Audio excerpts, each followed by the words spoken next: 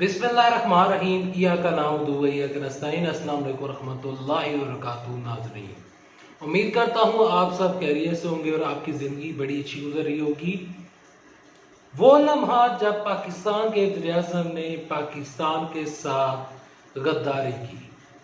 आज की इस वीडियो में आपके साथ पाकिस्तान के दो प्राइम मिनिस्टर जो कि पाकिस्तान के वज़ीर-ए-आज़म रह चुके हैं, उनकी गद्दारी की दास्तान लेकर आपकी साथ इस वीडियो में आपको बताऊंगा। तमाम चीज़ें आपके साथ शेयर करूंगा, लेकिन शेयर करने से पहले, आगे बढ़ने से पहले चंद बातें कर लेना चाहता हूं।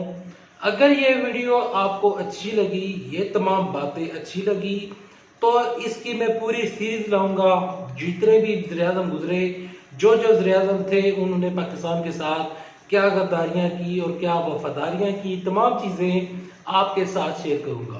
अगर वो आप तमाम चीज़ें देखना चाहते हैं तो नीचे कमेंट सेक्शन में लिखें कि मैं उनके ऊपर वीडियो बनाऊं, आपके साथ वो तमाम मालूमात शेयर करूं कि किसने क्या गद्दारी की, क्या वफादारी की, तमाम चीज़ें आपके साथ शेयर करूंगा। आज की इस वीडियो में दो प्राइम मिनिस्टर जो कि पाकिस्तान के वज़ीर-ए-आज़म रह चुके हैं, उनके बारे में आपसे एक इंतहाई अहम मालूमात आपके साथ शेयर करूंगा। आज की इस वीडियो में पहला प्राइम मिनिस्टर जो कि मेरी लिस्ट में है, वो है वज़ीर-ए-आज़म सैयद यूसुफ रज़ा गिलानी। वज़ीर-ए-आज़म सैयद यूसुफ रज़ा गिलानी जो कि पीपल्स पार्टी से थे और वो पीपल्स पार्टी के वज़ीर-ए-आज़म बने। मोहतरमा बेनज़ीर भुट्टो की वो पार्टी जिसकी बुनियाद ज़ुल्फ़िकार अली भुट्टो ने रखी थी। ज़ुल्फ़िकार अली भुट्टो के बाद उसकी जितने भी भागदौड़ थी और जितनी तमाम चीज़ें थी, वो मोहतरमा बेनज़ीर भुट्टो के वो नीचे आती थी। मोहतरमा बेनज़ीर भुट्टो के बाद जब से वो शहीद हुई, उसके बाद जब ये पार्टी जो थी, इस पार्टी में दरारें पड़ना शुरू हो पड़ी। जो नजरियाती कारकुन थे वो पीछे रह गए और जो लोटे थे, जो कि यानी कि जो पैराशूट के जरिए लोग आए थे, वो इनके वज़ीर-ए-आज़म बनकर रह गए। नजरियाती कारकुनों की जब मैं बात करता हूँ तो यहाँ पर मैं आपसे राजा परवेज़ अशरफ की बारे में भी जो तमाम बातें हैं, वो एक नेक्स्ट वीडियो में आपके साथ डिस्कस करूँगा। राजा परवेज़ अशरफ हूँ, सैयद यूसुफ रज़ा गिलानी हूँ, ये वो बंदे थे जिनको बेनज़ीर पसंद नहीं करती थी, लेकिन वो अनफॉर्चुनेटली बदकिस्मती से पीपल्स पार्टी की ये बदकिस्मती थी, उनके साथ वो इस पार्टी में शरीक थे और वो वक्त के वज़ीर-ए-आज़म बने। सैयद यूसुफ रज़ा गिलानी ने वो कौन सा ऐसा लम्हा था जब पाकिस्तान में और पाकिस्तान के इस मुल्क में जिसके वो वज़ीर-ए-आज़म थे और वज़ीर-ए-आज़म होते साथ ही उन्होंने पाकिस्तान के साथ गद्दारी की। वो लम्हे और वो तमाम चीज़ें जो कि उनकी गद्दारियों में शामिल हैं, वो ज़रा सुनिएगा। जब पीपल्स पार्टी का दौर चल रहा था, तो पीपल्स पार्टी के दौर में जो लोग थे वो बेरोजगार हो चुके थे। बेरोजगार हुए, जब बेरोजगार हुए तो हुआ ये कि एक दफ़ा सैयद यूसुफ रज़ा गिलानी को, जो कि इंटरनेशनल मीडिया है, वहाँ पर वो इंटरव्यू दे रहे थे। इंटरनेशनल मीडिया ने पूछा कि और उनको ये कहा कि हमारी नज़र में पाकिस्तान के जो 70% लोग हैं वो पाकिस्तान छोड़कर जाना चाहते हैं, क्योंकि उनको पाकिस्तान में आप नौकरियां प्रोवाइड नहीं कर रहे। इसके जवाब में जो सैयद यूसुफ रज़ा गिलानी थे, उन्होंने कहा कि अगर वो छोड़कर जाना चाहते हैं तो उनको कौन रोक रहा है। देखें, वक्त का प्राइम मिनिस्टर है, वो ये चाहता है कि उसके जो लोग हैं वो उठकर दूसरे मुल्क में चले जाएं। ये सबसे बड़ी गद्दारी थी, और इससे बड़ी गद्दारी जो कि सैयद यूसुफ रज़ा गिलानी ने की, वो ये थी कि जब आसफ जरदारी के खिलाफ केस चल रहे थे और एक ऐसा लम्हा था जब पीपल्स पार्टी के खिलाफ एक बाकायदा तौर पर पिटीशन दायर की गई, सुप्रीम कोर्ट में केसेस चले, सुप्रीम कोर्ट में जब केसेस चले, सुप्रीम कोर्ट में जब इनकी केसेस की सुनवाई हो रही थी, सुप्रीम कोर्ट ने कहा कि आपके जो स्विस बैंक में जितने भी अकाउंट्स हैं, आप एक खत लिखें। अगर आप ये खत लिखते हैं तो हमें ये क्लियर हो जाएगा कि क्या आपके ये स्विस बैंक में ये जो अकाउंट है या नहीं। उस वक्त जो सैयद यूसुफ रज़ा गिलानी थे, उन्होंने मुल्क को तरजीह नहीं दी, उन्होंने पार्टी को तरजीह दी और वो बात मानी जो कि जो आसिफ जरदारी थे उन्होंने जो बात कही थी वो तमाम बातें उन्होंने मानी। तो सैयद यूसुफ रज़ा गिलानी ने सुप्रीम कोर्ट की जो बात थी, जो कि उनको ऑफर दी गई थी कि आप ये चीज़ कर रहे तो ठीक है वरना आपको नाअहल कर दिया जाएगा, तो उसके बाद उन्होंने ख़त नहीं लिखा। तो ये एक और लम्हा था जब सैयद यूसुफ रज़ा गिलानी ने पाकिस्तान के साथ गद्दारी की और पार्टी के साथ वफादारी की। इसके नतीजे में हुआ ये कि सैयद यूसुफ रज़ा गिलानी उनको सुप्रीम कोर्ट ने नाअहल कर दिया। नाअहल कर दिया, वज़ीर-ए-आज़म से भी नाअहल हो गए, वज़ीर-ए-आज़म के मनसब से भी नाअहल हो गए। और हुआ ये कि ये जो सैयद यूसुफ रज़ा गिलानी थे, एक तो वहाँ पर भी नाअहल हो गए, उसके बाद नेक्स्ट इलेक्शन भी नहीं लड़ पाए। सैयद यूसुफ रज़ा गिलानी जब इलेक्शन नहीं लड़ पाए तो उसके बाद उनके जो बेटे थे वो उन्होंने बड़ी भागदौड़ की कि किसी तरीके के साथ बाप का खोया हुआ मुकाम और अपना जो खोया हुआ मुकाम है वो एक दफ़ा फिर हम वो हासिल कर लें, लेकिन वो हासिल करने में कामयाब नहीं हुए।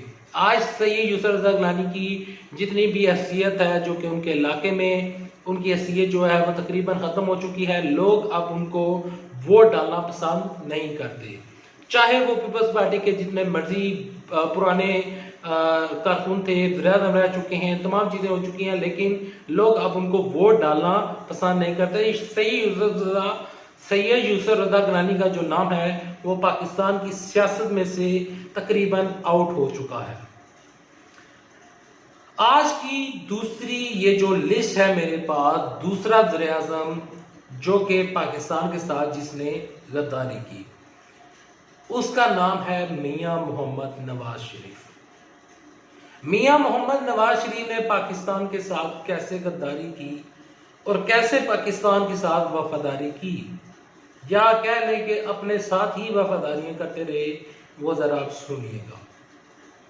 मैं देख रहा हूं कि काफ़ी दिनों से लोग जो हैं वो मियां नवाज शरीफ के हक में कॉलम लिख रहे हैं और कह रहे हैं कि मियां नवाज शरीफ ने जो 1998 में 28 मई को जो हुआ 1998 हुआ था और 28 मई 1998 में जो धमाके किए थे, जो यौम तकबीर हम मनाते हैं, तो उसमें जो धमाके हैं वो उसका क्रेडिट मियां नवाज शरीफ को जाता है।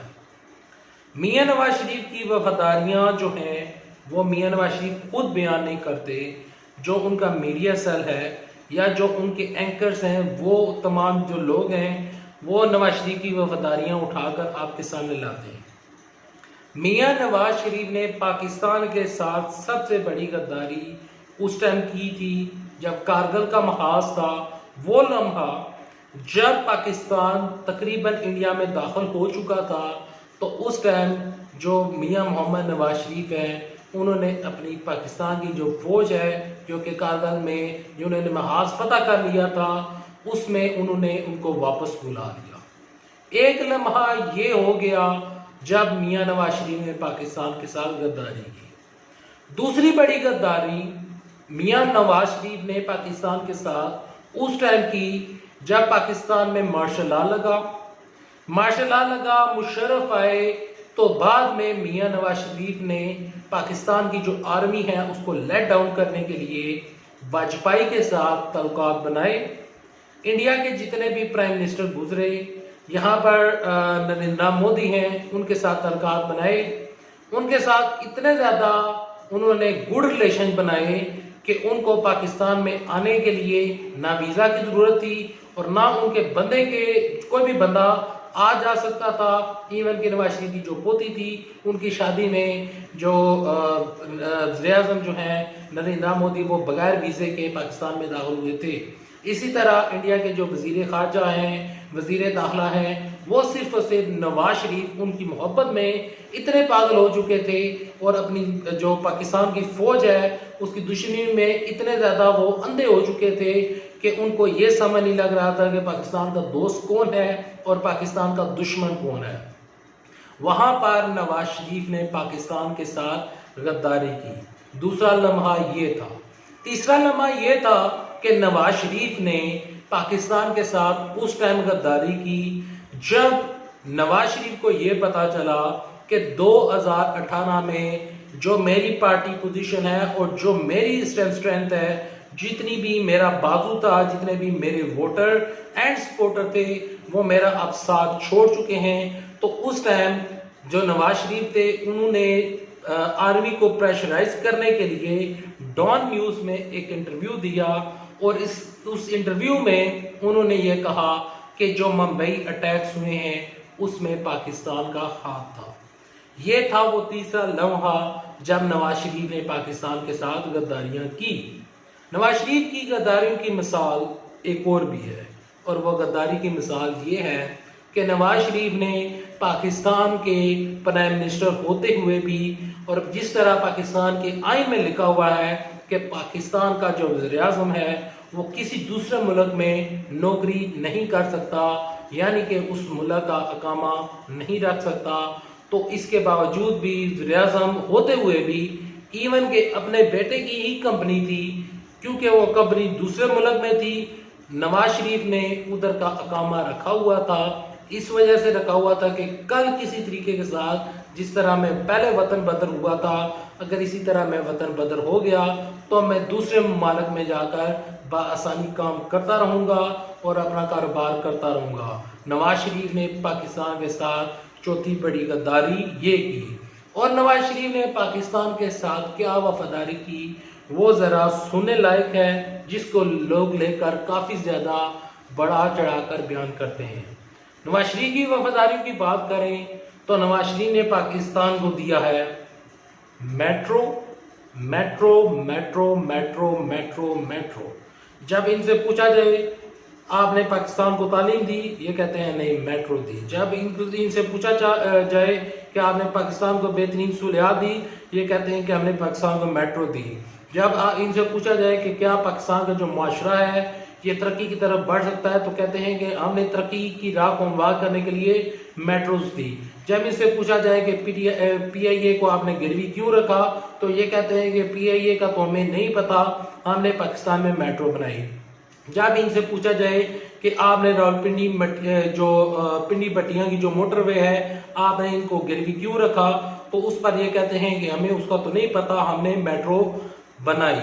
और जो सबसे बड़ी चीज़ जो कि हमने बनाई और जिसकी वफादारियाँ समेटते समेटते ये कौम हमारी जो है वो मकरूज़ है और इनको हमारा शुक्रगुजार होना चाहिए, वो पाकिस्तान का सबसे बड़ा मेगा प्रोजेक्ट था, और वो प्रोजेक्ट पाकिस्तान की मोटरवेज थी।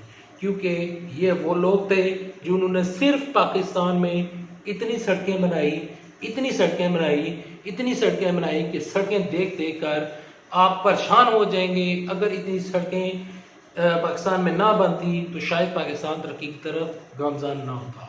आज की इस एपिसोड में मैंने 2 प्राइम मिनिस्टर इंक्लूड किए, 2 प्राइम मिनिस्टर की दास्तानें आपके सामने शेयर की। हो सकता है कि ये तमाम बातें आप पहले जानते हों, लेकिन अभी कुछ इंटरेस्टिंग स्टोरीज बाकी हैं। जो आप मेरे थंबनेल में जितने भी प्राइम मिनिस्टर देख रहे हैं, उन तमाम प्राइम मिनिस्टर की गद्दारियाँ, वफादारियाँ, तमाम चीज़ें आपके साथ शेयर करूँगा। और ये जो सेशन मैंने शुरू किया है और ये जो आज इस सेशन की पहली घड़ी है, अपनी नेक्स्ट वीडियो में यूसुफ रज़ा गिलानी की और नवाज शरीफ की मज़ीद गद्दारियों की दास्तान लेकर आपके साथ आऊँगा। तो उसके लिए और वो वीडियो देखने के लिए चैनल सब्सक्राइब कर लें। इस वीडियो को अगर आपको ये वीडियो पसंद आई तो इस वीडियो को लाइक कर दें। नेक्स्ट वीडियो तक के लिए अपना अपने पैरों का बहुत सारा ख्याल रखिएगा, दुआ में याद रखिएगा। अल्लाह आप सबका में नसर हो। अल्लाह हाफिज़। पाकिस्तान जिंदाबाद, पाकिस्तान फौज जिंदाबाद, गुमरान हीरो जिंदाबाद, कश्मीर बनेगा पाकिस्तान इंशाल्लाह इंशाल्लाह इंशाल्लाह।